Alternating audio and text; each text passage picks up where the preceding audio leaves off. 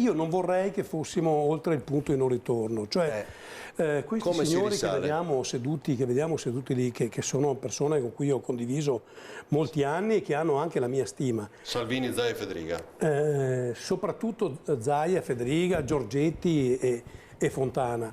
Avrebbero dovuto parlare molto prima. Allora, il silenzio dei giusti è peggio del casino degli ingiusti.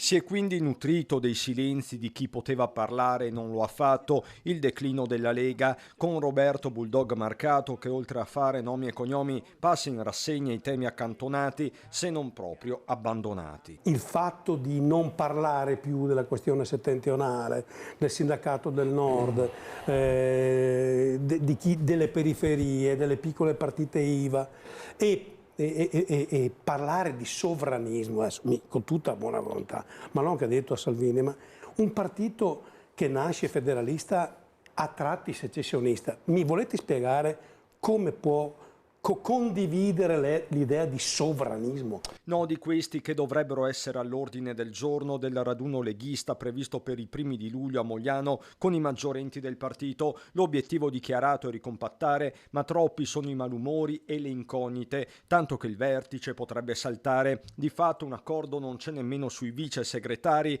Il modello bavarese delle due leghe non piace a Salvini e non è un mistero, così come l'idea di un partito guidato al nord magari da un tandem Luca Zaia, Massimiliano Federica, con quest'ultimo indicato dal sondaggio di Ring addirittura come segretario ideale del partito per il 94,6% dei partecipanti. Un ex leghista di primo piano come Alberto Villanova in queste ore via social si sta appellando direttamente a Zaia. Luca stacca la spina e prende in mano il nord. Il messaggio: in Lega a questo punto ogni giorno pesa. L'ultima proiezione della triestina SVG per la 7 inchioda il carroccio alla stessa percentuale di Futuro Nazionale, 5,3%, proprio quel Vannacci che Marcato aveva sconsigliato di imbarcare nel partito. Poi ho visto questo qua che faceva a decima e tutte questa pacottiglia post-fascista da merda. No, e quando vedevo queste cose qua, no, mi venivano i brividi,